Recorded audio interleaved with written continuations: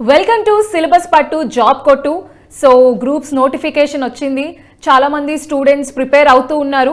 But మనం students నుండి కామన్గా వినేది ఏంటి అంటే ఎగ్జామ్కి ప్రిపేర్ అవుతున్నప్పుడు వాళ్ళ మైండ్లో చాలా థింగ్స్ రన్ అవుతూ ఉంటాయి. టైం మేనేజ్మెంట్ అండ్ వాళ్ళ యాటిట్యూడ్ ఎలా ఉండాలి, ఏ థింగ్స్ని మైండ్లో పెట్టుకుని ప్రిపేర్ అవ్వాలి, డూస్ అండ్ డోంట్స్, ఇలా చాలా క్వశ్చన్స్ ఉంటాయి. సో అవన్నీ మనకి డీటెయిల్డ్గా చెప్పడానికి ఇవాళ మనతో పాటు స్టూడియోలో ఉన్నారు Takshashila IAS academy director doctor Durga Prasad garu. So hi అండి. Hello madam. So students prepare అవుతున్నప్పుడు చాలా క్వశ్చన్స్ ఉంటాయి. సో అసలు ఫస్ట్ టాపిక్స్ అవన్నీ కూడా పక్కన పెట్టేస్తే మెయిన్ వాళ్ళ యాటిట్యూడ్ ఎలా ఉండాలి, ఎలా ప్రిపేర్ చేయాలి, అసలు ఫస్ట్ స్టెప్ ఏంటి, ఇలా చాలా క్వశ్చన్స్ ఉంటాయి. సో వాళ్ళకి మీరేం చెప్తారు? అంటే ఇది ప్రిపేర్ అయ్యే వాళ్ళకి చాలా బాగా హెల్ప్ అవుతుందండి. ఎందుకంటే నోటిఫికేషన్ మనకి చాలా సంవత్సరాల తర్వాత వచ్చినప్పుడు ఇప్పుడు చాలామంది రష్షింగ్లో ఉన్నారు.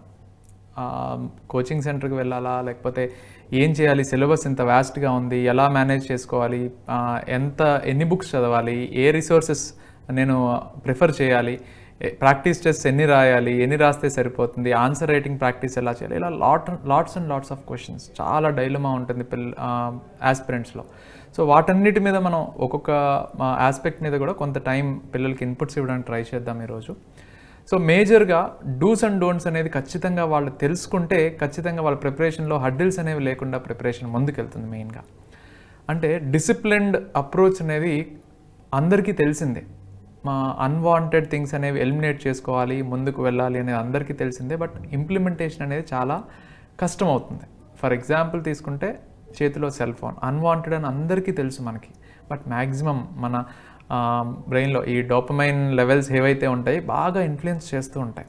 సో అలాంటి వాటిని అన్వాంటెడ్ థింగ్స్, ఇది ప్రిపరేషన్కి నాకు అవసరం కాదు అనుకున్న వాటిని మనం కరెక్ట్గా కనుక ఎలిమినేట్ చేస్తే ముందు ఒక పద్ధతి, ఒక ప్లాట్ఫామ్లోకి మనం వెళ్ళడం జరుగుతుంది. దాని తర్వాత మన టైం ఎంతైతే ఇన్వెస్ట్ చేస్తున్నామో దాన్ని మ్యాక్సిమం ప్రొడక్టివిటీలోకి తీసుకురావచ్చు. ఎందుకంటే గుర్తుపెట్టుకోండి, ఎగ్జామ్ హాల్ అనేది మనకి హార్డ్లీ 2.5 hours టైం ఉంది. ప్రిలిమినరీ ఎగ్జామ్ తీసుకుంటే 150 క్వశ్చన్స్ మనం అటెంప్ట్ చేయాల్సి ఉంటుంది. అంటే ఒక్కొక్క క్వశ్చన్కి ఒక్కొక్క మినిట్ అనేది మనకి జనరల్గా అనుకోవచ్చు. సో అలా అనుకుంటే ఏ క్వశ్చన్స్కి మనకి టైం 1 minute సరిపోతుంది, ఏ క్వశ్చన్స్కి 1 minute సరిపోవట్లేదు, ఏ సబ్జెక్ట్స్లో అయితే ఎక్కువ మెంటల్ ఎబిలిటీ క్వశ్చన్స్ అయితే ఎంత టైం కన్జ్యూమ్ చేస్తాయి, జనరల్ స్టడీస్ క్వశ్చన్స్ అయితే ఎలా నేను టైం అడ్జస్ట్ చేసుకోవాలి, ఈ అన్ని ఎగ్జామ్ హాల్లో ప్రతి సెకండ్ నా ఇన్వెస్ట్మెంట్కి బయటది నాకు హవర్స్ ఆఫ్ టైం టుగెదర్నెస్. ఒక ఎగ్జాంపుల్ తీసుకోవాలి అంటే ఉసేన్ బోల్ట్ మనందరికీ తెలిసిన వాడే. తను ఎన్ని ఒలింపిక్ మెడల్స్ గెలిచినా తన లైఫ్ టైంలో తను కాంపిటీషన్లో పరిగెత్తిన టైము హార్డ్లీ 4 to 5 minutes ఉంటుంది అంతే. కానీ ఆ 4 to 5 minutes తన అచీవ్మెంట్కి ఆల్మోస్ట్ 15 to 16 years తను ప్రాక్టీస్ చేశాడు. సో మన ఎగ్జామ్ హాల్లో ప్రతి సెకండ్ దాన్ని మినిమైజ్ చేసుకోవడానికి, దాని ప్రొడక్టివిటీ పెంచుకోవడానికి బయట మనం హవర్స్ టుగెదర్ వర్క్ చేయాలి. ఇది కనుక మైండ్లో పెట్టుకుంటే మనకి కామన్గా అర్థం కావాలి అంటే రాజమౌళి RRR సినిమా తీశాడు, 3 సంవత్సరాలు తీశారు. కానీ మనకి 3 hours ప్రొడక్టివిటీ మూవీ. ప్రతి సీన్, ప్రతి షాట్ మనకి ఓకే ఇంత వర్త్ అని అనిపించాలి. సో ఈ విధంగా మనం కనుక ఎగ్జామ్ హాల్లో టైంని మనం గుర్తుపెట్టుకుంటే లాట్ ఆఫ్ థింగ్స్ మీద మనం ఆ క్లారిటీ తెచ్చుకోవచ్చు. సో టైం మేనేజ్మెంట్ అనేది ఫస్ట్ చాలా ఇంపార్టెంట్ ఎగ్జామ్ ప్రిపరేషన్లో. కొంతమంది స్టూడెంట్స్ వాళ్ళకి తెలియక అనవసరమైన టాపిక్స్ పైన ఎక్కువ టైం స్పెండ్ చేయటం ఇలాంటివి చేస్తూ ఉంటారు. సో ఒక ప్రాసెస్ ఎలా ఉండాలి, ఒక పర్ఫెక్ట్ ప్రొసీజర్ ఎలా ఉంటుంది? ఎగ్జాక్ట్లీ. టైం మేనేజ్మెంట్ అనేది ఒక చోటు కాదండి. ఇది మనం ప్రిపరేషన్ స్టార్ట్ చేసిన ఫస్ట్ డే నుంచి ఎగ్జామ్ లాస్ట్ మినిట్ వరకు టైం మేనేజ్మెంట్ అనేది చాలా ఇంపార్టెంట్. నా ప్రిపరేషన్లో నా డే షెడ్యూల్ చేసుకునే దాంట్లో, నా వీక్లీ ఎగ్జామ్స్ రాసుకునే దాంట్లో, ప్రాక్టీస్ ఎగ్జామ్లో, అలాగే ఫైనల్ ఎగ్జామ్లో నా టైంని ఎలా యూటిలైజ్ చేసుకోవాలి అనేది అక్కడి వరకు కూడా మనం చాలా మైక్రో ఆస్పెక్ట్ లెవెల్లో మనం వర్కౌట్ చేసుకోవాలి. అంటే for example minute and micro level అంటే నేను చెప్తాను. ఫర్ ఎగ్జాంపుల్ అందరికీ తెలుసు Group 1 ఎగ్జామ్ మనకి preliminary exam general studies and mental ability 150 marks 2.5 hours time ఉంది. ఒక్కొక్క క్వశ్చన్కి ఒక్కొక్క మార్క్ ఉంది. మనందరికీ తెలుసు ఒక మార్క్ లేదంటే ఒక క్వశ్చన్ మన ప్రిపరేషన్ పిక్చర్నే మార్చేస్తుంది. ఎందుకంటే cut off mark 1 mark తక్కువయ్యి thousands of members disqualify అవుతారు కట్ ఆఫ్ రీచ్ అవ్వలేక. సో దాన్ని మనం రీచ్ అవ్వాలి అంటే ఒక్కొక్క క్వశ్చన్కి ఒక్కొక్క మార్క్కి అంత ఇంపార్టెన్స్ ఉన్న చోట మైన్యూట్ అండ్ మైక్రో లెవెల్ అంటే ఫర్ ఎగ్జాంపుల్ చెప్తాను, OMR షీట్ మనం బబుల్ చేస్తాం. బబుల్ చేయడానికి మనకి ఒక బబుల్ అనేది మనం చేయడానికి hardly 3 seconds or 4 seconds time పడుతుంది. ఆల్మోస్ట్ 150 క్వశ్చన్స్ బబుల్ చేయాలి అంటే ఎంత? 3 seconds తీసుకుందాం. అరే నేను చాలా ఫాస్ట్గా చేస్తాను, పిల్లలు చాలా ఫాస్ట్, 3 seconds తీసుకుంటే 150 క్వశ్చన్స్కి 450 seconds టైం పడుతుంది. అంటే ఆల్మోస్ట్ 8 minutes ఆఫ్ టైం. ఇంకా స్లోగా ఫాస్ట్గా చేసేవాళ్ళు 8 minutes ఆఫ్ టైం నాకు ఓన్లీ బబ్లింగ్కే పడితే, అంటే నాకు ఎగ్జామ్లో ఈ 150 మార్క్స్కి 150 క్వశ్చన్స్లో 8 minutes తగ్గిపోయింది కదా. సో ఈ 8 minutes నేను ఎక్కడ సేవ్ చేసుకోవాలి? ఫస్ట్ థింగ్ అదే అనుకుంటే నేను సెలెక్షన్ ఆఫ్ పెన్, నేను బబుల్ చేయడానికి సెలెక్ట్ చేసే పెన్ లైట్గా ఉంటే దాని ప్రొడక్టివిటీ బబుల్ ఎంత టైం పడుతుంది, డార్క్గా బబుల్ చేస్తే అంటే కొంచెం థిక్గా రాసే పెన్ అయితే బబ్లింగ్ ఎంత స్పీడ్గా అవుతుంది. సో ఒక్కొక్క సెకండ్ ఒక బబ్లింగ్లో 1 second సేవ్ చేస్తే నాకు 150 ఆల్మోస్ట్ 3 minutes సేవ్ అవుతుంది. సో 3 minutesలో నేను ఇంకెంత ఒక బిట్ 2 to 3 bits ఇంకా అటెంప్ట్ చేయడానికి ఇది పోవచ్చు. నాకు టైం సరిపోలేదు, ఎగ్జామ్ చాలా టఫ్ వచ్చింది, నాకు టైం అస్సలు సరిపోలేదు, కష్టంగా వచ్చాయి అనుకునే బదులు ఇలాంటి ఇంత మైన్యూట్ మైక్రో లెవెల్లో మనం వర్క్ చేయాలి. పెన్ సెలెక్షన్లో కూడా కొంచెం ముద్దగా థిక్గా రాసే పెన్ సెలెక్ట్ చేసుకుంటే కొంత టైం మనకి సేవ్ అవుతుంది. ఆ లెవెల్లో మనం ఆలోచిస్తేనే మనం సక్సెస్ అనేది అందిపుచ్చుకుంటాం. సో ఒక పెన్ సెలెక్షన్లో కూడా అంత కీ రోల్ చెప్తున్నారు ఇప్పుడు మీరు. సో ఎగ్జామ్లో పెన్ సెలెక్షన్ అనేది కూడా చాలా ఇంపార్టెంట్ అని. సో నవేడే స్టూడెంట్స్కి చాలా అదర్ నావిగేషన్స్ కూడా ఉంటాయి, ఫోన్ ఎక్కువ యూస్ చేస్తూ ఉంటారు, టీవీ చూస్తూ ఉంటారు. సో ఎగ్జామ్ ప్రిపరేషన్ గురించి పక్కన పెడితే అసలు వాళ్ళ డే ఎలా స్కెడ్యూల్ ఎలా ప్లాన్ చేసుకోవాలంటే స్టార్టింగ్ ఎన్నింటికి లేవాలి, ఏ టైంలో ఎలా కంప్లీట్ చేయాలి వర్క్స్, అండ్ దెన్ ప్రిపరేషన్ ఎప్పుడు స్టార్ట్ చేయాలి, ఇలాంటివన్నీ ఎలా చేయాలి? ఇది ఇండివిజువల్ పర్స్పెక్టివ్ అండి. ఇది స్పెసిఫిక్గా ఇది కామన్గా అందరూ ఇలాగే చేయాలి అనేది మనం చెప్పడం అనేది కరెక్ట్ కాదు. ప్రతి ఇండివిజువల్కి వాళ్ళ వే ఆఫ్ స్టైల్ ఉంటుంది. సో కొంతమంది నైట్ టైం ఎక్కువ చదవగలరు, కొంతమంది డే టైం యావిగేషన్స్ ఎక్కువైపోతాయి అని చెప్పేసి ప్రొడక్టివిటీ ఒక్కొక్కరు ఒక్కొక్క లెవెల్లో తీసుకుంటూ ఉంటారు. బట్ మనం యావరేజ్గా కామన్గా చెప్పాలి కాబట్టి, ఇది ఇండివిజువల్గా చెప్పలేం కాబట్టి మినిమం ఒక 8 to 10 hours అనేది నాకు ప్రొడక్టివిటీగా ఉండాలి. సో కొంతమంది స్టైల్ ఏంటి, ఎర్లీ మార్నింగ్ లేచి చదువుతారు, 4 o'clock లేచిపోతారు, 4 o'clock లేచి ప్రొడక్టివిటీ స్టార్టింగ్. ఎందుకంటే మార్నింగ్ 4 o'clock నుంచి 8 o'clock వరకు మనం చదివితే ఆల్మోస్ట్ 4 hours ఆఫ్ ప్రొడక్టివిటీ అక్కడే వచ్చేసింది. రిమైనింగ్ డే అనేది చాలా నీట్గా ప్లాన్ చేసుకోవచ్చు, మనం అదర్ యాక్టివిటీస్ కూడా ప్రొవైడ్ చేయొచ్చు.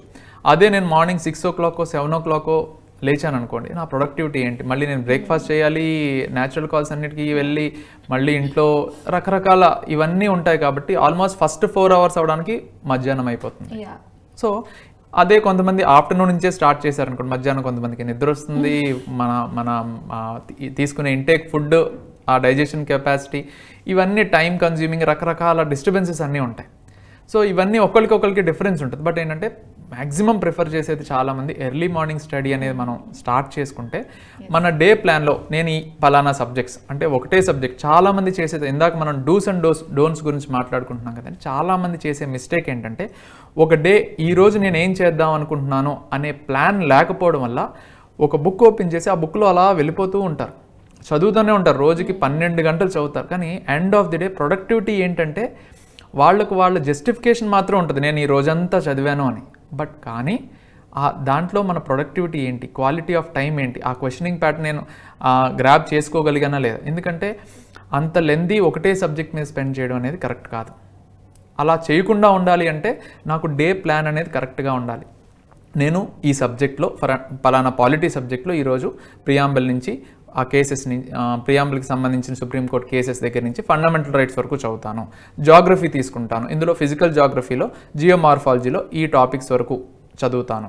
లేదంటే క్లైమటాలజీ, ఈ అట్మాస్ఫియర్, ఈ ఫినామినన్స్ మాత్రం చదువుతాను.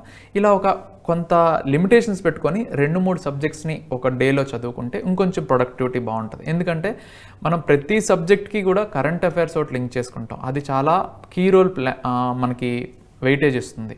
సో అలా చేయాలి అంటే ఖచ్చితంగా ప్రాపర్ ప్లాన్ స్కెడ్యూలింగ్ ఉంటేనే మనం ఎగ్జామ్ ఇచ్చే రోజు అమ్మయ్య నేను చాలా బాగా నా 100% ఇచ్చాను అనేది ఉంటుంది. లేదు అంటే మనం చదువుతూనే ఉంటాము, అది అవుతూనే ఉంటుంది, ఏ రోజు కూడా మనకి కాన్ఫిడెన్స్ అనేది రాదు. సో కాన్ఫిడెన్స్ అనేది ఎలా బిల్డప్ చేసుకోవాలి అంటే కొంతమంది ఓవర్ కాన్ఫిడెంట్ ఉంటారు, కొంతమంది చాలా లెస్ కాన్ఫిడెంట్ అనమాట. వాళ్ళకి చదువుతారు కానీ భయం వేస్తూ ఉంటుంది మర్చిపోతానేమో, కొంతమందికి అలా ఉండదు, కొంతమంది న్యూట్రల్ ఉంటారు. సో కాన్ఫిడెన్స్ అనేది బిల్డప్ చేసుకోవాలంటే స్టూడెంట్స్ ఎలా ప్రిపేర్ అవ్వాలి, లేదంటే ఏ థింగ్స్ మైండ్లో పెట్టుకోవాలి? ఎస్, కాన్ఫిడెన్స్ బిల్డింగ్ అనేది జనరల్గా మనం చేసే వర్క్ చేసుకుంటూ వెళ్తే ఐ మీన్ టు సే కర్మణ్యే వాధికారస్తే అని భగవద్గీతలో మనకు చెప్తారు. అంటే మనం చేసే పని మనం చేసుకుంటూ వెళ్ళిపోతే రిజల్ట్ అనేది ఆటోమేటిక్గా వస్తుంది. బట్ ఆ చేసేటప్పుడు ఈ టెన్షన్స్, కన్ఫ్యూజన్స్ ఎక్కడైతే వస్తాయో వాటిని మనం తగ్గించుకోవడం చేయగలం. కొన్ని టెక్నిక్స్ మనం ఎక్స్పర్ట్ ఏవైతే మనం అనుకుంటున్నాం ఇప్పుడు నేను చెప్తాను, అవి ఫాలో అయితే మనం అవి మినిమైజ్ చేయడానికి మ్యాక్సిమం యూజ్ అవుతాయి. ఎందుకంటే కంప్లీట్గా ఈవెన్ టాప్ ర్యాంకర్ కూడా అమ్మయ్య నేను కంప్లీట్గా మొత్తం చదివేశాను, ఇంక నేను చదవాల్సింది కంప్లీట్ అయిపోయింది, ఇంక నా ప్రిపరేషన్ అయిపోయింది అనేది ఏ రోజు ఉండదు. కాబట్టి మనం ఈ ప్రాసెస్లో ఎగ్జామ్ అయ్యే వరకు కూడా మనం దాన్ని మినిమైజ్ చేసుకోవాలి. ఆ స్ట్రెస్ని, ఆ టెన్షన్ లెవెల్స్ని మినిమైజ్ చేసుకోవాలి అంటే ప్రాక్టీస్ అనేది చాలా ఇంపార్టెంట్. మనం ఎంత చదువుతున్నా దాన్ని ప్రాక్టీస్లోకి తీసుకెళ్ళడం అనేది చాలా చాలా చాలా ఇంపార్టెంట్. ఎందుకంటే నేను చదివింది నేను ఎంత రిటైన్ చేసుకుంటున్నాను, ఎగ్జామ్లో ఈ క్వశ్చన్ వస్తే దీన్ని నేను కరెక్ట్గా పాయింట్అవుట్ చేయగలుగుతున్నానా లేదా, నేను గెస్ వర్క్ చేయాలి, కొన్ని క్వశ్చన్స్కి ఆప్షన్స్ని ఎలిమినేట్ చేయాలి, ఈ option elimination work guess work కరెక్ట్గా చేయాలి అంటే నా గెస్ వర్క్, నా యాటిట్యూడ్ కరెక్ట్గా ఉంటుందా అనేది. ఎందుకంటే ఎగ్జామ్లో మనకి ఎన్ని మార్క్స్, ఫర్ ఎగ్జాంపుల్ ఒక ప్రాక్టీస్ టెస్ట్ రాసాము 100 మార్క్స్కి, నాకు 94 మార్క్స్ వచ్చాయి. ఈ 94 మార్క్స్లో మనం చేయాల్సింది ఏంటంటే చాలామంది స్కోర్ చూస్తారు, బట్ చేయాల్సింది మిగిలిన 6 మార్క్స్ ఎక్కడ పోయాయి.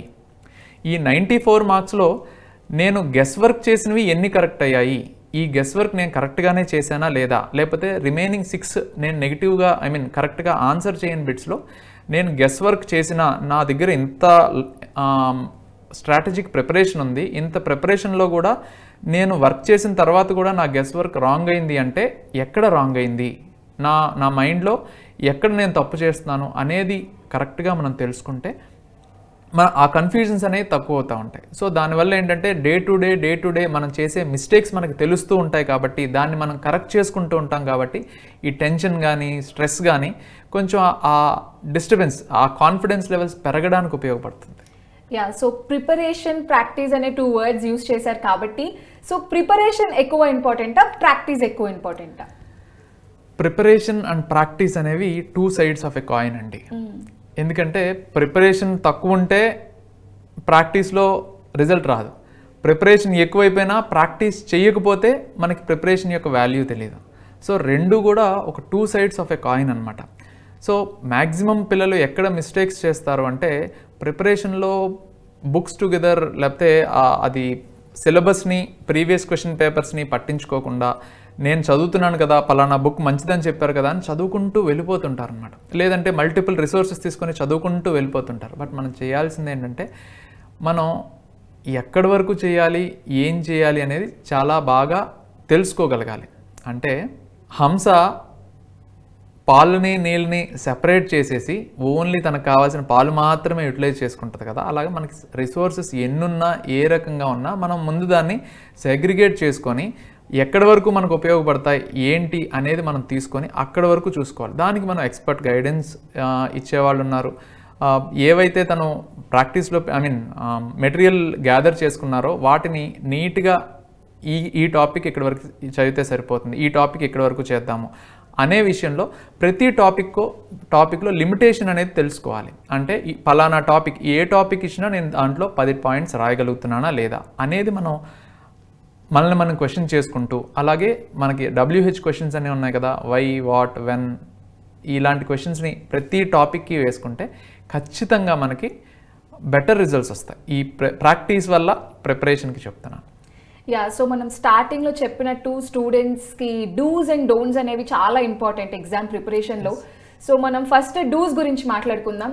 బికాజ్ ఒక్కొక్కసారి చిన్న మైనర్ థింగ్ కూడా చాలా ఎఫెక్ట్ చూపిస్తుంది, చేసినా చేయకపోయినా. సో మనం డూస్ ఏంటి, డోంట్స్ ఏంటి అనేది ఇప్పుడు మాట్లాడుకుందాం. సో ఫస్ట్ డూస్ గురించి చెప్పండి. డూస్ అంటే మెయిన్లీ ఇదేనండి, లైక్ హార్డ్ వర్క్ అనేది చాలా ఇంపార్టెంట్. ఆ హార్డ్ వర్క్ జస్టిఫికేషన్ చేసుకునేటప్పుడు కూడా మనకు శానిటీ ఉండాలి.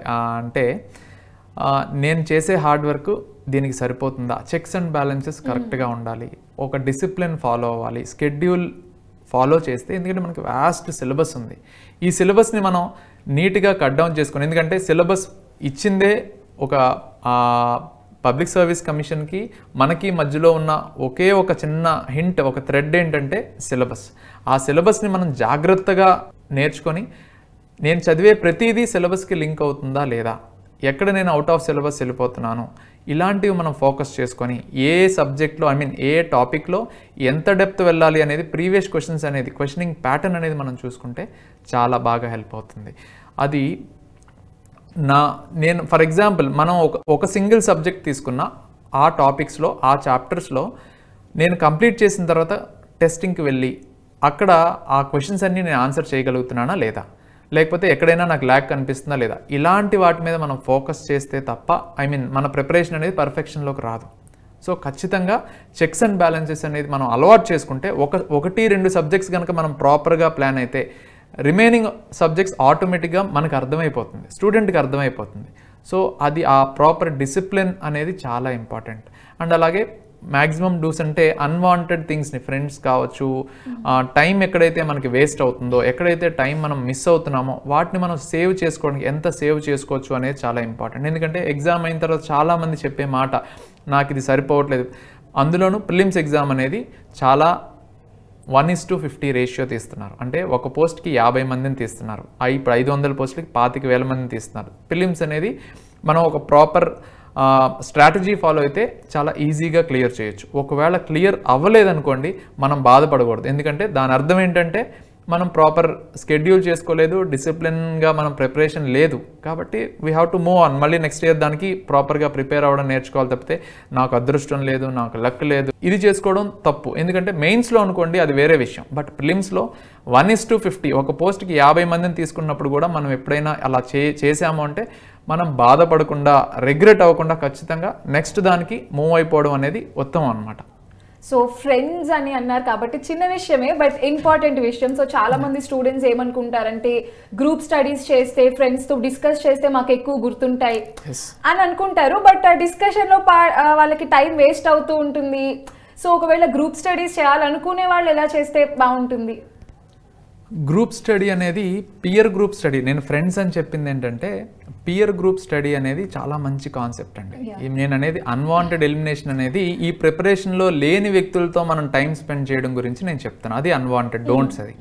డూస్ అనేది మనం చేయాల్సిన పని ఈ ప్రిపరేషన్ మన వేవ్ లెంత్లో ఉన్న వాళ్ళతో రెగ్యులర్గా డిస్కషన్లో ఉండటం అనేది చాలా క్వాలిటేటివ్ డిస్కషన్ అనేది చేయాలి. ఎందుకంటే కరెంట్ అఫైర్స్ మనం చాలా వెరైటీ ఆఫ్ టాపిక్స్ మనం చదువుతున్నాం. ఆల్మోస్ట్ ఇంటర్నేషనల్ ఈవెంట్స్ ఉన్నాయి, నేషనల్ ఉన్నాయి, రీజనల్ ఉన్నాయి, తెలంగాణ, ఈ అన్ని టాపిక్స్ మనకు ఉన్నాయి కాబట్టి గుర్తుపెట్టుకోవడం చాలా కష్టం.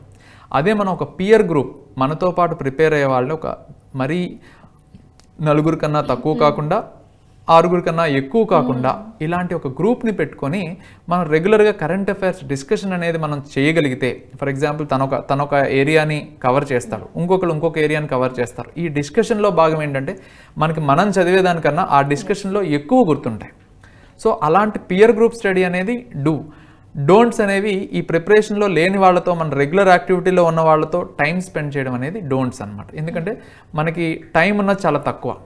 ప్రిలిమ్స్ ఎగ్జామ్ వరకు ముందు మనం ఆ గట్టెక్కితే అగైన్ మనకి ఇంకొక టాస్క్ వస్తుంది. సో ఈ టైంలో అన్వాంటెడ్ థింగ్స్ మనం పెట్టుకోవడం, అన్వాంటెడ్ అసైన్మెంట్స్ పెట్టుకోవడం అనేది చాలా తప్పు అని చెప్తాం. సో ఆఫ్టర్ 11 years నోటిఫికేషన్ వచ్చింది. అప్పుడు యాజ్ పర్ అయిన వాళ్ళు అప్పుడు ప్రిపేర్ అయిన వాళ్ళకి అప్పుడు 25 అట్లా ఉంటే ఇప్పుడు 35-40 ఉంటాయి. సో అప్పుడు ఎలా ప్రిపేర్ అయిన వాళ్ళు ఇప్పుడు అదే ప్రిపరేషన్ పనికొస్తుందా, లేదంటే ఇప్పుడున్న దానికి వేరేలాగా ప్రిపేర్ అవ్వాలా? వాళ్ళ ప్రిపరేషన్ ఎలా ఉండాలి? చాలా చాలా మంచి క్వశ్చన్ అండి. లైక్ చాలామంది ఇప్పుడు ప్రిపరేషన్లో, ఎందుకంటే అప్పుడు ఆల్మోస్ట్ 11 years బ్యాక్ ప్రిపరేషన్లో ఉన్న వాళ్ళు సీరియస్గా ప్రిపేర్ అయ్యి తర్వాత మళ్ళీ వాళ్ళు ఒక ప్రైవేట్ జాబ్స్ కానీ బిజినెస్లోకి వెళ్ళిపోయి మళ్ళీ నోటిఫికేషన్ ఎప్పుడు వచ్చింది అనుకుని ఇప్పుడు ఇన్ని మంచి పోస్ట్ రిలీజ్ చేస్తారు. డెఫినెట్గా వాళ్ళకి ఉంటుంది ఖచ్చితంగా. ఇప్పుడు ప్రిపరేషన్ కనుక వాళ్ళు ఎగ్జామ్ రాయాలనుకుంటే కొన్ని థింగ్స్ అనేది చేంజ్ చేసుకోవాలండి. ఎందుకంటే ఒకప్పుడు క్వశ్చనింగ్ ప్యాటర్న్ ఎలా ఉండేది, ఇప్పుడు క్వశ్చనింగ్ ప్యాటర్న్ ఎలా ఉంది, అలాగే ఒకప్పుడు మెటీరియల్ మీద వాళ్ళు డిపెండెన్సీ ఎక్కువ ఉండేదన్నమాట. ఒకప్పుడు చూసుకుంటే 10-15 ఇయర్స్ బ్యాక్ మెటీరియల్ అనేది చాలా కీ రోల్ ప్లే చేస్తుంది. ఒక బుక్ ఇక్కడ దొరుకుతుందంటే చాలా దూరం వెళ్ళి బుక్స్ తెచ్చుకునేవాళ్ళు, వేరే పక్కన వాళ్ళు నోట్సెస్ తీసుకుని మళ్ళీ నోట్స్ ప్రిపేర్ చేసుకునేవాళ్ళు. ఇలా మెటీరియల్ మీద డిపెండెన్సీ చాలా ఎక్కువ ఉండేది. సో ఇప్పుడు ఏంటంటే ఇన్ఫర్మేషన్ చాలా వ్యాస్ట్ ఉంది, చాలా మెటీరియల్ సోర్సెస్ మనకి అవైలబిలిటీ వచ్చేసాయి. ఇంట్లో కూర్చొని గూగుల్లోనే లాట్ ఆఫ్ మెటీరియల్ అనేది ఉంది. బట్ మెటీరియల్ సెలెక్షన్ అనేది మనం తీసుకొని మినిమం రిసోర్సెస్ని మ్యాక్సిమం టైమ్స్ రివిజన్ చేస్తూ, ఆల్రెడీ వాళ్ళు ప్రిపరేషన్లో ఉన్నదే కాబట్టి స్టాటిక్ సబ్జెక్ట్స్ వరకు వాళ్ళు రివైజ్ చేస్తే సరిపోద్ది. ఫర్ ఎగ్జాంపుల్ హిస్టరీ అంటారా, పాలిటీ, కాన్స్టిట్యూషన్ అంటారా, బేసిక్ ఎకానమీ అంటారా, లేకపోతే జాగ్రఫీ బేసిక్స్ అంటారా, స్టాటిక్ ఏరియాస్ని వాళ్ళు ఆటోమేటిక్గా తక్కువ టైంలో మళ్ళీ రివైజ్ చేసేయచ్చు. But remaining dynamic areas, current affairs కావచ్చు, లేకపోతే స్కీమ్స్ కావచ్చు, పాలసీస్ కావచ్చు, సైన్స్ అండ్ టెక్నాలజీ కావచ్చు, ఈ ఏరియాస్ మీద ఎక్కువ ఫోకస్ పెట్టాల్సి ఉంటుంది వాళ్ళు. అలాగే ఎగ్జామ్ ప్రిపరేషన్ మీద కూడా చాలా ప్రాక్టీస్ చేయాలి. ఎందుకంటే ఒకప్పుడు ఉండే క్వశ్చనింగ్ ప్యాటర్న్ వేరుండింది, ఇప్పుడు క్వశ్చనింగ్ ప్యాటర్న్ వేరుండింది. ఫర్ ఎగ్జాంపుల్ మనం కొన్ని క్వశ్చన్స్ చూద్దాం. అంటే ఒకప్పుడు క్వశ్చన్స్ ఎలా ఉన్నాయి, ఇండైరెక్ట్ క్వశ్చన్స్ లేకపోతే డైరెక్ట్ క్వశ్చన్స్ అడిగినప్పుడు ఫర్ ఎగ్జాంపుల్ ఈ క్వశ్చన్ చూడండి, world press freedom index is released by. ఇందులో 4 ఆప్షన్స్ ఇచ్చారు. ఇందులో కరెక్ట్ ఆప్షన్ వచ్చేసి reporter sands frontier, first option A అనేది కరెక్ట్ ఆప్షన్. కానీ చాలామంది ఇక్కడ కన్ఫ్యూజ్ అవుతారు, వరల్డ్ ప్రెస్ కౌన్సిల్ అనుకుంటారు తెలియని వాళ్ళైతే. సో ఇలాగా ఇది చాలా ఇంపార్టెంట్ టాపిక్ అండి. ఇది ఈ వేరియస్ రిపోర్ట్స్, వేరియస్ ఏవైతే మనకి జర్నల్స్లో నుంచి లేకపోతే వేరియస్ ఇన్స్టిట్యూషన్స్ ఇచ్చేవి రిపోర్ట్స్ ఏవైతే ఉన్నాయో అవి మనం జాగ్రత్తగా తెలుసుకోవాలి. వరల్డ్ బ్యాంక్ ఏం రిపోర్ట్స్ ఇస్తుంది, IMF ఏం రిపోర్ట్స్ ఇస్తుంది, ఇలాగ స్టాటిస్టిక్స్ గురించి ఎవరు రిపోర్ట్స్ ఇస్తున్నారు, హంగర్ ఇండెక్స్ గురించి ఎవరు ఇస్తున్నారు, ఎంప్లాయ్మెంట్ జనరేషన్ గురించి ఎవరు ఇస్తున్నారు, ఈజ్ ఆఫ్ డూయింగ్ బిజినెస్ గురించి ఎవరు ఇస్తున్నారు, ఇలాంటివి చాలా తెలుసుకోవాలి. బట్ ఒకప్పుడు ఇలా డైరెక్ట్ క్వశ్చన్స్ ఉండే అనమాట. సింపుల్గా ఒక లైన్ క్వశ్చన్ 4 ఆప్షన్స్. బట్ ఇక్కడ కూడా కన్ఫ్యూజ్ అవుతారు కాబట్టి ఈ టాపిక్ కూడా చాలా ఇంపార్టెంట్. సెకండ్ క్వశ్చన్ చూద్దాం. Which of the following statement is correct regarding GST compensation cess. So ఇప్పుడు ఇందులో మళ్ళీ 4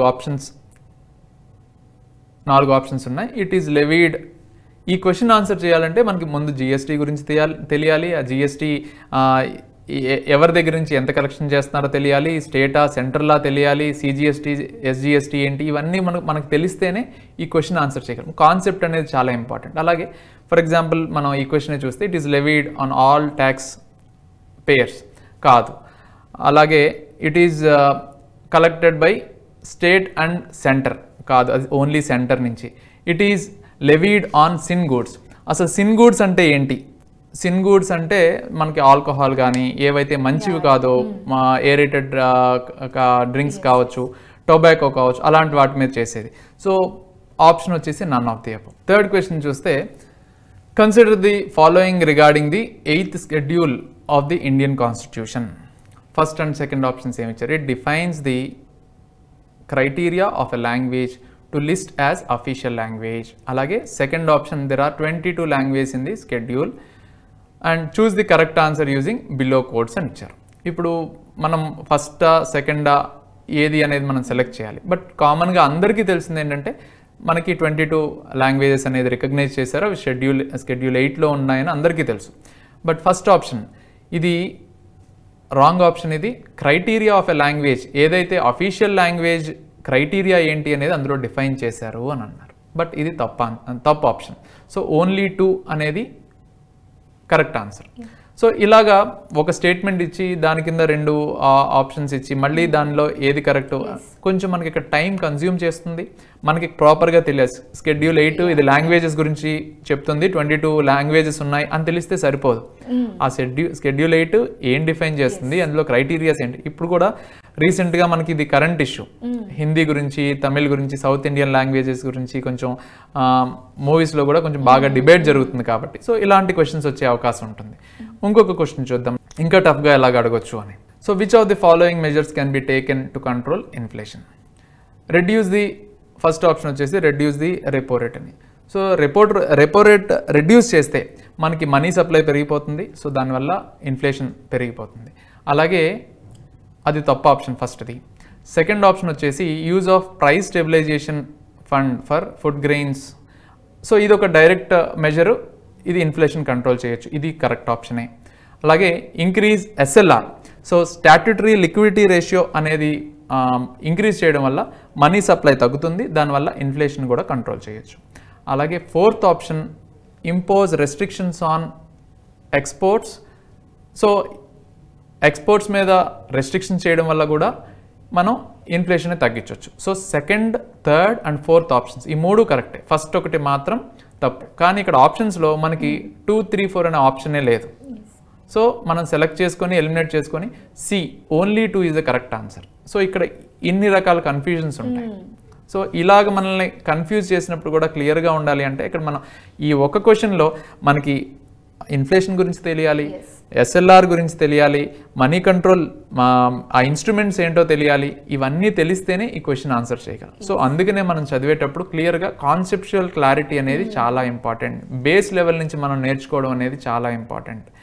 ఇలా మనం ఫోకస్ చేసుకుంటూ వెళ్తే ఈ క్వశ్చనింగ్ ప్యాటర్న్ని బట్టి మనం చదివేటప్పుడు ఈ బుక్లో ఏ లెవెల్లో మనం చదవాలి, ఆ క్వశ్చన్ని మనం క్వశ్చన్ చేయగలగాలి. సో అలా చేస్తే మనకి రిజల్ట్ అనేది బాగుంటుంది. So direct questions, indirect questions చూసామా డిఫరెన్స్? ఇప్పుడు ఫస్ట్ డైరెక్ట్ వచ్చేసేది, తర్వాత కన్ఫ్యూజన్ ఉంటుంది బాగా డెఫినెట్లీ. సో స్టూడెంట్స్కి ఇప్పుడు మీరు చెప్పినట్టు కాన్సెప్ట్ అనేది ఖచ్చితంగా అర్థం చేసుకోవాలి. అలా కాకుండా ఏమైనా టిప్స్ లాంటివి ఏమైనా ఉంటాయా? అంటే కొన్ని వాళ్ళకి ఈజీగా అర్థం అవ్వడానికి కానీ, లేదంటే చూడగానే టక్మన్ ఆన్సర్ ఓకే ఇదా అని రిలేట్ అయ్యేటట్టుగా. అంటే ఫస్ట్ థింగ్ వచ్చేసండి, ఈ ప్రిపరేషన్లో మనం షార్ట్ కట్ వెతకూడదు first thing. But only thing ఏంటంటే మనం ఎంత క్వాలిటేటివ్గా చేయొచ్చు, ఇంకా ఎలా బెటర్గా చేయొచ్చు, టెక్నిక్స్ మాత్రమే నేర్చుకోవచ్చు. ఫస్ట్ మనం ఆ షార్ట్ కట్స్ అనేది మన మైండ్లో నుంచి స్టూడెంట్స్ తీసేయాలి. ఎందుకంటే కాంపిటీషన్ తక్కువ ఉందనుకోండి మనం ఇటు వెళ్ళొచ్చు, but every question, every option single second will change our ఇప్పుడు మనకు వచ్చిన నోటిఫికేషన్ ఇంత లాంగ్ టైం తర్వాత వచ్చితే దానికి ఎంత ఇంపార్టెన్స్ ఉంటుంది. సో దాన్ని మనం మిస్ చేసుకుంటున్నామంటే మనం చాలా రిస్క్ చేస్తున్నట్టు. అలా చేయకుండా ఉండాలంటే ముందు షార్ట్ కట్స్ ఎలిమినేట్ చేసుకొని డైరెక్ట్ వేస్లో నా ప్రిపరేషన్లో ఇంకెంత క్వాలిటీ పెంచుకోవచ్చు అనేది మనం ఆలోచించాలి. మీరు అడిగిన క్వశ్చన్ ఇంకెలా బెటర్గా చేయొచ్చు డైరెక్ట్గా అంటే ప్రిలిమ్స్, మెయిన్స్ ఎగ్జామ్. నేను ప్రిలిమ్స్ చాలా ఈజీగా చేయగలగాలి, ఆప్షన్ చూడంగానే నేను పట్టేయగలగాలి అంటే నాకు కాన్సెప్చువల్ క్లారిటీ కరెక్ట్గా ఉండాలి. అంటే నా మెయిన్స్కి నేను ఒక పేపర్ మీద పెన్ పెట్టి ఆన్సర్ రాయడానికి నేను ఎంత బాగా చదువుతానో అంత క్లియర్ కట్గా మనం చదివితేనే ప్రిలిమ్స్ చాలా ఈజీగా ఆన్సర్ చేయగలం. ఎందుకంటే ప్రిలిమ్స్లో చాలామందికి ఎలా ఉంటుందంటే 4 ఆప్షన్స్ ఉంటాయి కదా, అందులో ఏదో ఒకటి ఎలిమినేట్ చేస్తే నాకు ఈజీగా అర్థమైపోతుంది కదా అనే ఆలోచన ఉంటుంది చాలామందికి. బట్ ఆ clarity examiner question paper prepare చేసే వాళ్ళు కూడా స్టూడెంట్ ఎలా కన్ఫ్యూజ్ చేయాలి వీళ్ళని, ఎంత వాళ్ళని రాంగ్ ఆప్షన్ సైడ్ డ్రైవ్ చేయాలి అన్నట్టుగానే క్వశ్చన్ పేపర్ తయారు చేస్తారు. కాబట్టి మనకి ప్రాపర్ క్లారిటీ, నేను ఒక ఆన్సర్ రాయడానికి ఓ టాపిక్ని ఎంత బాగా చదువుతాను, జస్ట్ అందులో మల్టిపుల్ చాయిస్ క్వశ్చన్స్ ఆన్సర్ చేయడానికి ఎంత పైన చదువుతాను. సో రెండింటికి డిఫరెన్స్ ఉంది. నేను మెయిన్స్కి చదివినట్టుగా టాపిక్స్ చదివితే నాకు ప్రిలిమ్స్ చాలా ఈజీగా అయిపోతుంది. ఇది అందరూ గుర్తుపెట్టుకోవాలి. యా, సో త్రూ వాట్సాప్ మనకి స్టూడెంట్స్ డౌట్స్ అడిగారు, మీరు క్లారిఫై చేస్తే. యా, సో ఒకసారి డౌట్స్ చూద్దాం. సార్, ప్రిలిమ్స్లో ఎక్కువ మార్క్స్ స్కోర్ చేయాలంటే పర్టికులర్గా ఏ టాపిక్ మీద కాన్సన్ట్రేట్ చేయాలి సార్? అంటే సిలబస్ చాలా ఎక్కువ ఉంది కదా, సో మనం పర్టికులర్గా ఏ ఏరియా మీద ఫోకస్ చేస్తే ఎక్కువ మార్క్స్ స్కోర్ చేయడానికి ఛాన్స్ ఉంటుందో కొంచెం సజెస్ట్ చేయండి సార్. ఏ టాపిక్ మీద ఎక్కువ ఫోకస్ చేయాలి, ఏ సబ్జెక్ట్స్ మీద మనం ఎక్కువ కాన్సన్ట్రేట్ చేయాలి అనే దానికన్నా మనం ముందు ఒకసారి సిలబస్ని, ఇచ్చిన ప్యాటర్న్ని మనం గుర్తు చేసుకుంటే మనకి ప్రిలిమ్స్లో టోటల్ 13 టాపిక్స్ ఇచ్చారు. 13 టాపిక్స్, 150 క్వశ్చన్స్. సో 13 టాపిక్స్ అంటే ఆల్మోస్ట్ 11 to 12 టాపిక్కి 11 to 12 క్వశ్చన్స్ వేసుకుందాం అనుకున్నా ఆల్మోస్ట్ మనకి 13 టాపిక్స్ ఇంటూ 11 or 12 వేసుకుంటే 150 క్వశ్చన్స్ అయిపోతాయి. బట్ జనరల్గా ఏంటంటే general studies and mental ability అన్నారు కాబట్టి మనకి మెంటల్ ఎబిలిటీ అనేది ఒక్క ఆప్షన్లో ఇచ్చారు. సో మనం ఎక్స్పెక్ట్ చేయగలిగింది ఏంటంటే సిరీస్ ఆఫ్ వేరే కాంపిటేటివ్ ఎగ్జామ్స్ కానీ ఇవన్నీ చూసినప్పుడు mental ability and data interpretation ఏదైతే డిఐ ఉందో, సో వీటిలో కొంచెం ఎక్కువ క్వశ్చన్స్ వచ్చే అవకాశం ఉంది. ఇదొకటి గుర్తుపెట్టుకోవాలి ఫస్ట్ థింగ్. సో ఎందుకంటే మెంటల్ ఎబిలిటీ అండ్ డిఐ అనే టాపిక్ మనకి మంచి స్కోరింగ్, పర్ఫెక్ట్గా మనం ప్రాక్టీస్ చేసుకుంటే, మ్యాథ్స్ నాకు రాదు, మ్యాథ్స్ చాలా కష్టం అనుకున్న వాళ్ళు కూడా ఇది చాలా ఈజీ సబ్జెక్ట్. ఎందుకంటే మనం ఈజీగా నేర్చుకోవచ్చు. 10th క్లాస్ లెవెల్ స్టాండర్డ్ అని ఆల్రెడీ సర్వీస్ కమిషన్ చెప్పారు. సో 10th క్లాస్ లెవెల్ అందరూ ఈజీగా నేర్చుకోగలిగిన టాపిక్స్. సో ఆ మెంటల్ ఎబిలిటీ టాపిక్లో ఆ 15 మార్క్స్ 20 మార్క్స్ ఎంత ఇస్తే అంత చాలా ఈజీగా స్కోర్ చేయొచ్చు. ఇంకా ఎక్కువ క్వశ్చన్స్ వచ్చే అవకాశం కూడా ఉంది. అలాగే సెకండ్ ప్రియారిటీ వచ్చేసి కరెంట్ అఫైర్స్. ఎందుకంటే స్టాటిక్ ఏరియాస్ అనేవి ఒక హిస్టరీ అనేది ఒక టాపిక్లో ఇచ్చారు, జాగ్రఫీ అనేది ఒక టాపిక్లో ఇచ్చారు, ఎకానమీ అనేది ఒక టాపిక్లో ఇచ్చారు. సో ఈ 3 ఏరియాస్ కలిపితే 45 మార్క్స్ అనుకుందాం ఫర్ ఎగ్జాంపుల్.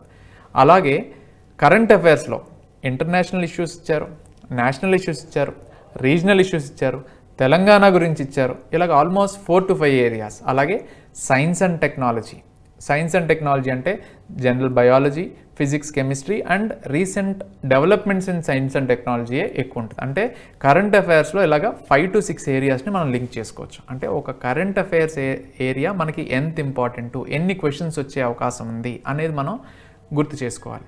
సో ఈ కరెంట్ అఫైర్స్ సెపరేట్గా మనం గ్రూప్ 2 లెవెల్ ఎగ్జామ్స్, అంతకన్నా గ్రూప్ 3 ఎగ్జామ్స్ వాటి కోసం కాకుండా స్పెసిఫిక్గా మనం ఇష్యూ బేస్డ్ అనేది మనం కరెక్ట్గా చదివితే ఈ కరెంట్ అఫైర్స్ స్టాటిక్ పోర్షన్ కూడా లింకేజ్ చాలా ఎక్కువ ఉంటుంది.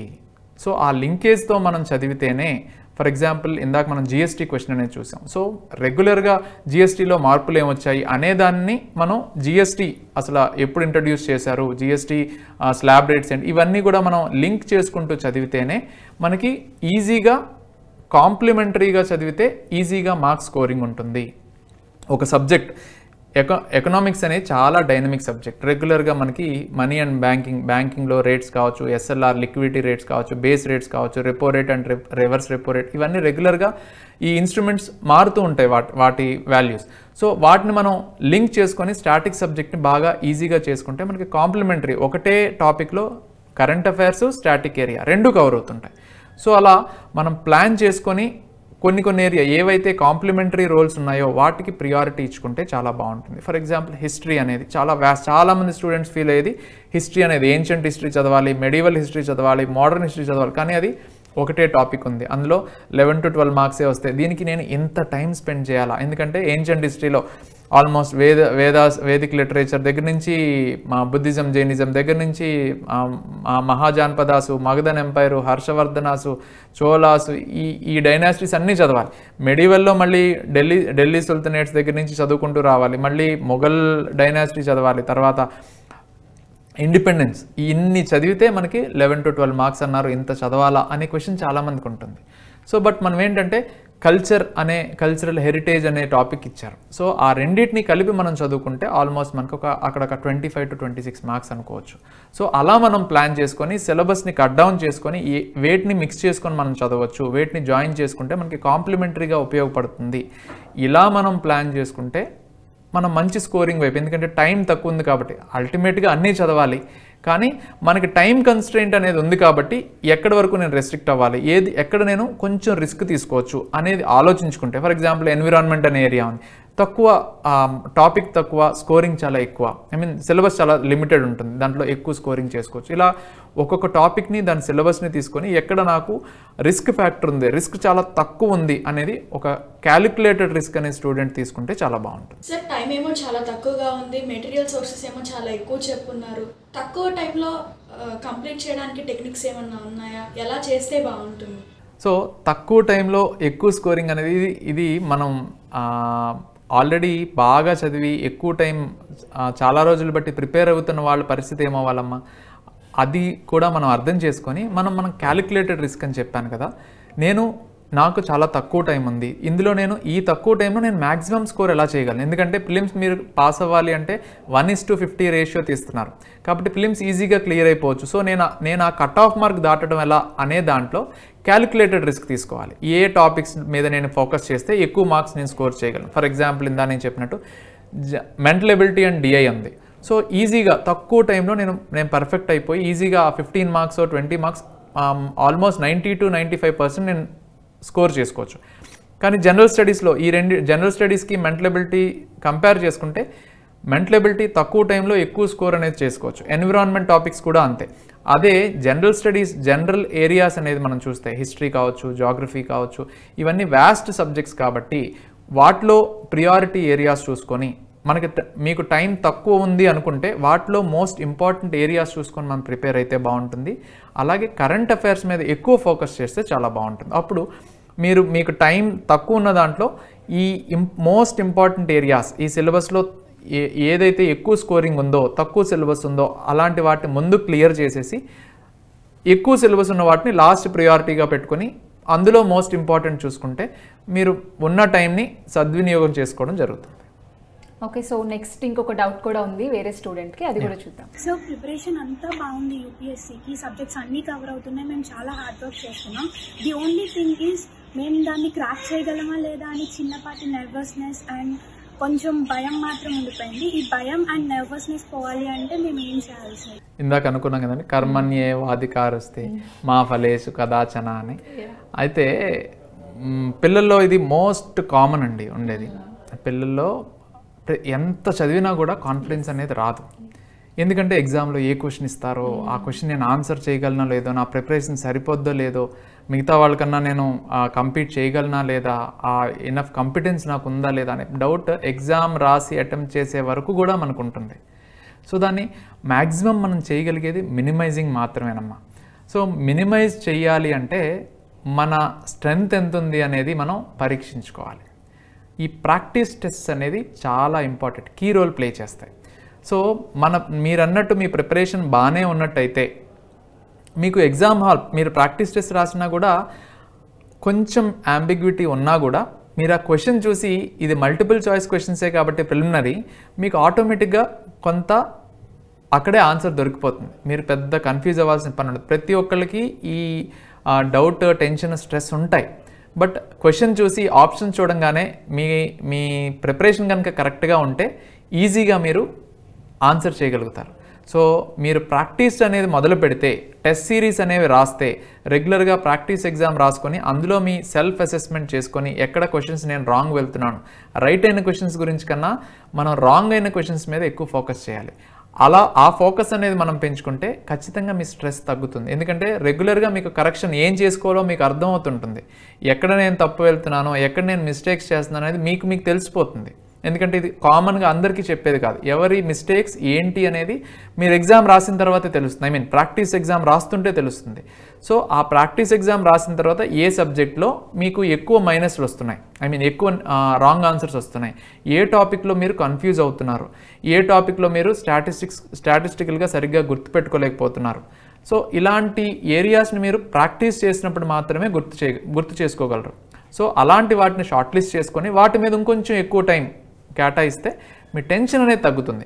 ఎగ్జామ్ అయ్యే వరకు నేను ఎన్ని టెక్నిక్స్ చెప్పినా కూడా ఎగ్జామ్ అయ్యే వరకు ఆ టెన్షన్ ఉంటూనే ఉంటుందమ్మా. కాకపోతే దాన్ని మినిమైజ్ చేసుకోవచ్చు. బట్ గుర్తుపెట్టుకోండి, భగవద్గీతలో చెప్పినట్టు మనం ఎఫర్ట్ అనేది కరెక్ట్గా పెడితే రిజల్ట్ ఆటోమేటిక్గా వస్తుంది. సో రిజల్ట్ గురించి మనం పట్టించుకోకపోతే ఎఫర్ట్ ఎక్కువ పెట్టగలం.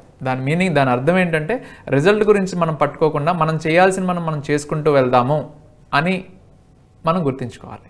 సార్ టైం మేనేజ్మెంట్ గురించి కొంచెం చెప్పండి సార్. ఎలా ప్లాన్ చేసుకుంటే మ్యాక్సిమం టైం సేవ్ అవుతుంది, ఎక్కువ స్కోర్కి హెల్ప్ అవుతుంది?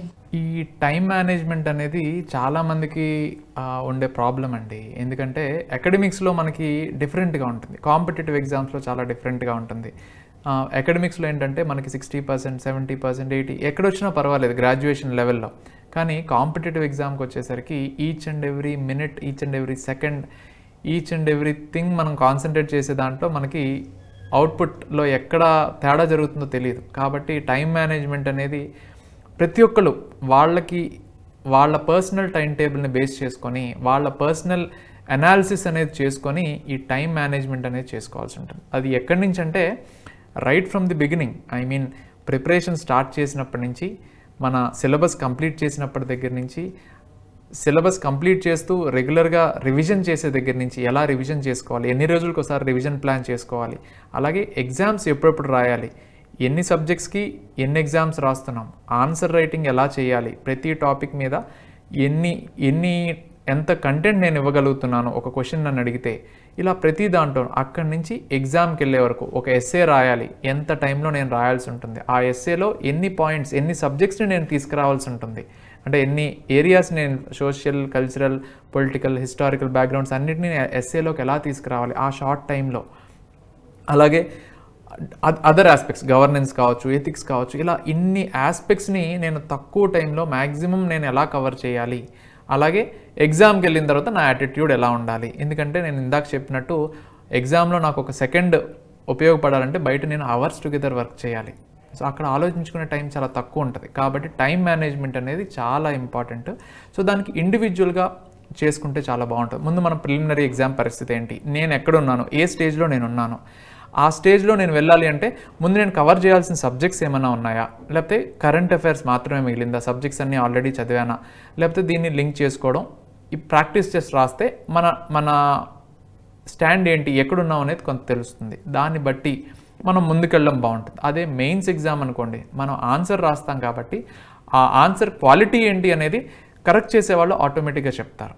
సో మనం ఏ పాయింట్స్ మిస్ అవుతున్నాము, ఇంపార్టెంట్ పాయింట్స్ ఏమైనా మిస్ అవుతున్నామా, లేకపోతే జనరలైజ్డ్గా రాసుకుంటూ సింపుల్గా ఆన్సర్ రాసేస్తున్నామా, most important point bullet points cover చేయడం మిస్ అయ్యామా, ఇవన్నీ మనం ఆన్సర్ రాసేటప్పుడు మనకు కొంచెం ఎక్కువ క్లారిటీ వస్తుంది అనమాట. ఎందుకంటే మల్టిపుల్ చాయిస్ క్వశ్చన్లో మనం గెస్ వర్క్ చేస్తాం, ఎలిమినేషన్ వర్క్ చేస్తాం, లక్ ఉంటుంది, కానీ ఆన్సర్ రైటింగ్లో అవన్నీ ఉండవు.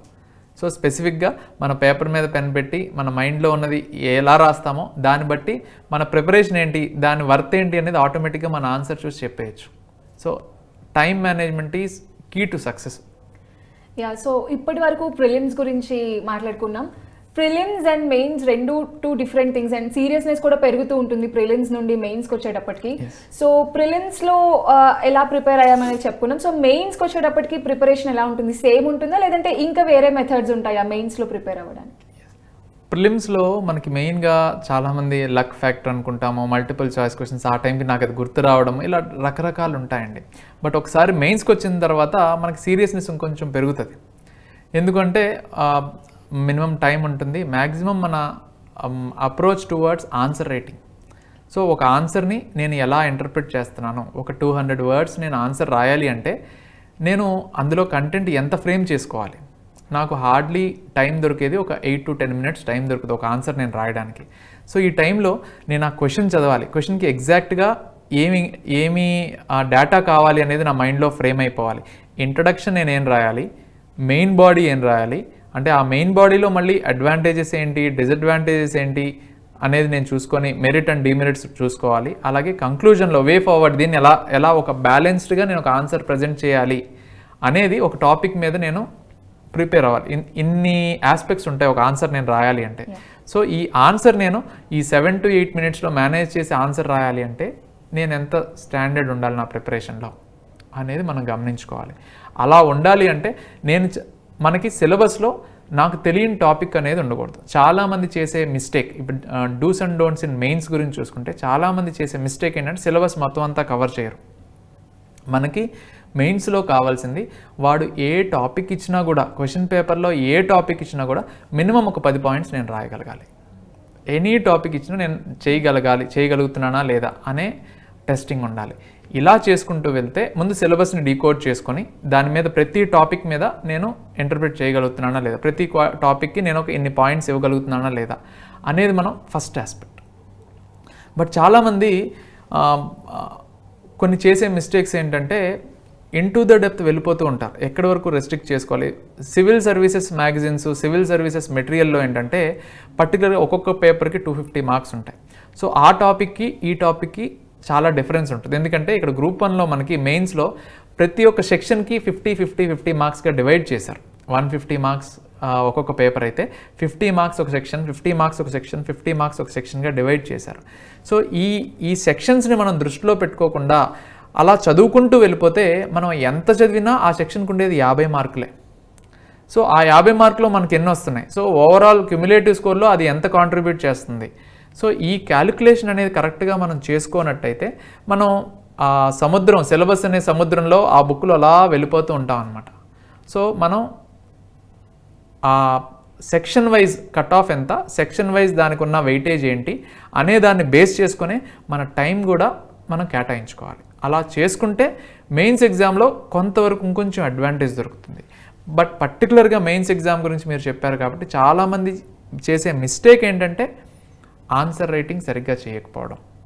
ఎందుకంటే చాలామందికి ఈ గైడెన్స్ అనేది కూడా చాలా తక్కువ ఉంటుందండి. మెయిన్స్ ఎగ్జామ్కి సంబంధించి ఒక ఆన్సర్ కరెక్ట్ చేయాలి అంటే ఒక ప్రాపర్ మెంటర్ ఉండాలి, ఒక గైడ్ ఉండాలి. ఎందుకంటే మన ఆన్సర్ మనకి చాలా గొప్పగా అనిపిస్తుంది, అబ్బా నేను ఎంత బాగా రాశాను అనిపిస్తుంది అందరికీ. బట్ ఆన్సర్ ఎదుటి వాళ్ళకి ఒకవేళ అలాంటి మెంటర్ గైడెన్స్ అనేది తక్కువగా లేనప్పుడు ఒక పియర్ గ్రూప్ ఫామ్ చేసుకొని పక్కన వాళ్ళ ఆన్సర్ మనం చూడాలి. అరే నీ ఆన్సర్ నేను చూస్తాను, నా ఆన్సర్ నువ్వు చూడు అని మనం చూస్తుంటే మనకు తెలుస్తుంది, ఓకే నా పక్కనున్న వాడే ఈ ఆన్సర్కి ఈ విధంగా ఆలోచించి రాశాడు, నేను ఇలా కూడా రాయొచ్చా, ఇలా రాస్తే బాగుంటుంది అనేది నా నెక్స్ట్ క్వశ్చన్కి నేను ఆ కంపారిజన్ అనేది తెలుస్తుంది.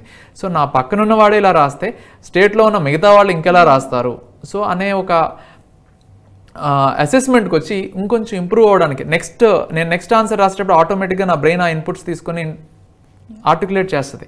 సో ఆ ఇంప్లిమెంట్ చేస్తాం కాబట్టి గ్రాడ్యువల్గా మనం ఇంప్రూవ్ అవుతూ ఉంటాం. సో దీన్ని దృష్టిలో పెట్టుకొని ఫస్ట్ థింగ్ అందరూ గుర్తుపెట్టుకోవాల్సింది ఆన్సర్ రైటింగ్ అనేది చాలా జాగ్రత్తగా చేయాలి, రెగ్యులర్గా చేయాలి. సో దట్ ఇంప్రూవ్స్ మన దగ్గర ఆల్రెడీ మనం చదివిన మ్యాటర్ని ఆన్సర్ రాస్తుంటే మన బ్రెయిన్ రికలెక్ట్ చేసుకుంటూ ఉంటుంది. అలా ఎన్నిసార్లు రికలెక్ట్ చేసుకుంటే మనం అంత ప్రిపేర్డ్నెస్గా ఉన్నట్టు ఎగ్జామ్కి. So answer writing is key to mains examination. And ఈ టైంలో స్టూడెంట్స్కి కోచింగ్ అనేది ఎంతవరకు అవసరం ఉంటుంది? అండ్ ఒకవేళ కోచింగ్ అవసరం అంటే ఎలాంటి కోచింగ్ సెంటర్స్ని మీరు సజెస్ట్ చేస్తారు స్టూడెంట్స్కి? అయితే ఈ టైంలో కోచింగ్ అవసరమా అనే దానికన్నా నేను గైడెన్స్ అవసరం అనేది చెప్తాను. ఒక ఫ్రెషర్ ఈ టైంలో కోచింగ్ తీసుకునే వాళ్ళకి, కొత్తగా ప్రిపరేషన్లోకి వచ్చిన వాళ్ళకి, సిలబస్ అంటే ఏంటో కూడా తెలియని వాళ్ళకి ఈ టైంలో కొంతవరకు బెటర్ థింగ్ ఏంటంటే కోచింగ్ తీసుకోవడం. బట్ ఆల్రెడీ ప్రిపరేషన్లో ఉన్న వాళ్ళకి ఈ టైంలో మెంటరింగ్ అండ్ గైడెన్స్ అనేది చాలా అవసరం అవుతుంది. సో స్పెసిఫిక్గా ఎందుకంటే ప్రతి ఒక్కళ్ళలో ప్లస్లు అండ్ మైనస్ ఉంటాయి, అంతేగాని కామన్గా ఒక క్లాస్ రూమ్లో కూర్చోబెట్టేది కోచింగ్ కాదు. ఐ మీన్ ఇది వేరు, టీచింగ్ అనేది వేరు, కోచింగ్ అనేది వేరు. సో క్లాస్ రూమ్లో అందరితో పాటు చెప్పేది టీచింగ్ అనమాట. కోచింగ్ అంటే ఏంటంటే స్పెసిఫిక్గా నీలో ఉన్న, ఫర్ ఎగ్జాంపుల్ మనం ఒక క్రికెట్ కోచ్ దగ్గరికి వెళ్తే వాడు మనల్ని పర్సనల్గా స్టడీ చేసి నీలో ఉన్న ప్లస్లు ఏంటి, మైనస్లు ఏంటి, నీ ఈ బాల్స్ నువ్వు ఎటువంటి బాల్స్ నువ్వు కరెక్ట్గా ప్లే చేస్తున్నావు, ఎటువంటి బాల్స్ నువ్వు సరిగ్గా ఆడట్లేదు, ఇలా మన పర్సనాలిటీని స్టడీ చేసి మనలో బెటర్మెంట్ కోసం ఆ కోచ్ ట్రై చేస్తారు. అలాగే ప్రిపరేషన్లో కూడా, కాంపిటేటివ్ ఎగ్జామ్ ప్రిపరేషన్లో కూడా కోచింగ్ అంటే ప్రాపర్ పర్సనల్ గైడెన్స్ అనమాట. సో మనలో ఉన్న మైనసెస్, మన ఆన్సర్స్, లేకపోతే మనకి ఏ సబ్జెక్ట్లో తక్కువ మార్క్స్ వస్తున్నాయి, ప్రిలిమినరీ కావచ్చు, మెయిన్ కావచ్చు, ఏ ఏరియాస్లో మనం పర్ఫెక్ట్గా లేము, సరిగ్గా ఆన్సర్ చేయలేకపోతున్నాము, ఆ ఏరియాస్ని మళ్ళీ బ్రషప్ చేసుకోమని చెప్పడం కానీ, ఈ బుల్లెట్ పాయింట్స్ ఇవి మిస్ అవుతున్నాం అని చెప్పడం కానీ, ఆ పర్సనల్ అటెన్షన్ అనేది ఖచ్చితంగా కావాల్సి ఉంటుంది. అది ఆల్రెడీ ప్రిపేర్ అయిన వాళ్ళకి ఈ మెంటరింగ్ కావచ్చు, గైడెన్స్ కావచ్చు, individual guidance or individual mentorship కొంత అవైలబుల్ ఉంటే అది చాలా బెనిఫిట్ అవుతుంది. లేని వాళ్ళు పియర్ గ్రూప్ స్టడీ అనేది బెటర్గా ఉంటుంది. ఎందుకంటే పియర్ గ్రూప్ స్టడీ చేసుకుంటే వాళ్ళు కూడా మెయిన్స్ చదువుకునే వాళ్ళు కాబట్టి వాళ్ళు కూడా వాళ్ళ ఎఫర్ట్స్ వాళ్ళు పెడుతుంటారు కాబట్టి ఒక బెటర్ డిస్కషన్లో కొంత బెటర్ అవుట్పుట్ అనేది వస్తుంది. అలాగే ఎటువంటి కోచింగ్ సెంటర్స్ అనేది జనరల్గా మనకి ఈ ఎగ్జామ్కి ఎటువంటి స్టెప్స్ ఫాలో అవ్వాలి, ఎక్కడి వరకు చదివితే సరిపోతుంది, ఎక్కడి వరకు ఏం చదవకూడదు అనే స్టెప్స్ ఆల్రెడీ అక్కడ ఉన్న ఎక్స్పర్ట్స్ ఆల్రెడీ సంవత్సరాలు బట్టి ఇదే ప్రాసెస్లో ఉంటారు కాబట్టి వాళ్ళ ఎక్స్పీరియన్స్ మనం యూటిలైజ్ చేసుకోవడానికే కోచింగ్ సెంటర్స్. సో సింపుల్గా మనం వెళ్ళి మొత్తం అంతా వాళ్ళే చెప్పేస్తారు అనేది ఆ కోచింగ్ సెంటర్ అనేది దానికోసం కాదు. కోచింగ్ సెంటర్స్ అనేవి ర్యాంక్స్ ప్రొడ్యూస్ చేయవు. ఆస్పిరెంట్స్, బాగా చదివే ఆస్పిరెంట్స్ని ఇంకొంచెం ఫైన్ ట్యూన్ చేసేవాళ్ళు కోచింగ్ సెంటర్లో ఉండేవాళ్ళు, అక్కడి నుంచే ర్యాంక్స్ వస్తాయి తప్ప బ్రాండ్ వాల్యూనో ఇంకోటో కాదు. మనకి ఇండివిజువల్కి ఏం కావాలి అనేది మీరు తెలుసుకుంటే, మీకు సిలబస్ కవర్ చేయడం కావాలా, మీకు పర్సనల్ గైడెన్స్ కావాలా, ఆన్సర్ రైటింగ్ కరెక్షన్స్ కావాలా, ఏం కావాలనేది మీకు రిక్వైర్మెంట్ మీకు తెలిస్తే దాన్ని మీరు ఏ కోచింగ్ సెంటర్లో నాకు దొరుకుతుంది అనే విధంగా మీరు కోచింగ్ సెంటర్ని సెలెక్ట్ చేసుకోవాలి తప్ప బ్రాండ్ వాల్యూనో లేకపోతే ఈ కోచింగ్ సెంటర్లో ఇన్ని ర్యాంక్స్ వచ్చేస్తాయి అని చూసో మనం కోచింగ్ సెంటర్స్ని అసెస్ చేయడం అనేది కరెక్ట్ కాదు. అన్ని కోచింగ్ సెంటర్స్లో కూడా కొన్ని మెరిట్స్ ఉంటాయి, కొంత ఇవి ఉంటాయి. బట్ మనకి ఎక్కడ మ్యాచ్ అవుతుంది, నాకు ఏ సెంటర్లో అయితే మెంటర్షిప్ దొరుకుతుంది, ఏ సెంటర్లో అయితే క్లాసెస్ బాగా జరుగుతున్నాయి, ఏ సెంటర్లో అయితే ఇవన్నీ ఉన్నాయి అనేది మనం బ్యాలెన్స్ చేసుకుంటే డెఫినెట్గా మనకి రిక్వైర్మెంట్ అనేది ఫుల్ఫిల్ అవుతుంది. సో ఈరోజు మనం డూస్ అండ్ డోంట్స్ గురించి ఏవైతే చెప్పాం, సింగిల్ పాయింట్ మనం కంక్లూడ్ చేయాలి అనుకుంటే టైం మేనేజ్మెంట్ అండ్ డిసిప్లిన్ అనేది కీ టు సక్సెస్ అండి. ఈ రెండు అనేది మనకు తెలిస్తే, ఈ రెండు మనకు అంతా తెలుసు. చాలామంది ఆస్పిరెంట్స్కి ఈ సీక్రెట్స్ అంటారా లేకపోతే ఈ చేయాల్సినవి అన్నీ తెలుసు, కానీ ఇంప్లిమెంటేషన్ అనేది దాంట్లో లేకుండా ఉంటుంది. సో ఆ ఇంప్లిమెంటేషన్ కనుక కరెక్ట్గా చేస్తే, మా TV9 వాళ్ళు ఈ ప్రోగ్రామ్ పెట్టిన సిలబస్ పట్టు జాబ్ కొట్టు అనే ప్రోగ్రామ్ వల్ల డెఫినెట్గా ఆ ఇన్పుట్స్ అనేది మీరు ఇంప్లిమెంట్ చేస్తే మీకు ఆ రిజల్ట్ కనిపిస్తుంది. విత్ ఇన్ షార్ట్ టైం మీకు ఎగ్జామ్ రాసే ముందే మీలో ఎంత డెవలప్మెంట్ ఉందనేది మీకు అర్థమైపోతుంది. Thank you very much. So thank you so much అండి. స్టూడెంట్స్కి చాలా ఇంపార్టెంట్ విషయాలు, అంటే టాపిక్స్ అవన్నీ కూడా పక్కన పెడితే ఫస్ట్ వాళ్ళ యాటిట్యూడ్ అనేది చాలా ఇంపార్టెంట్ ప్రిపరేషన్కి. సో అవన్నీ చాలా డీటెయిల్డ్గా చెప్పారు. Thank you so much Durga Prasad garu. So that's all for today syllabus పట్టు జాబ్ కొట్టు. ఇంకా మంచి మంచి యూస్ఫుల్ టాపిక్స్తో మళ్ళీ నెక్స్ట్ ఎపిసోడ్లో కలుద్దాం. Stay tune.